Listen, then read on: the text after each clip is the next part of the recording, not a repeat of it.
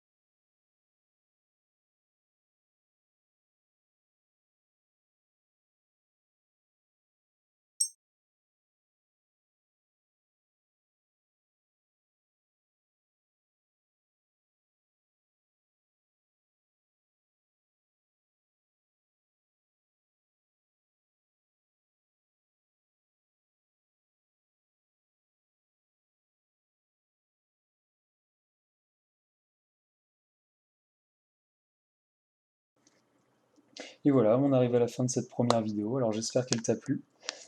Et si c'est le cas, n'hésite pas à t'abonner, ça fait toujours plaisir. Et puis je prépare d'autres vidéos, alors reste à l'affût. Allez, ciao!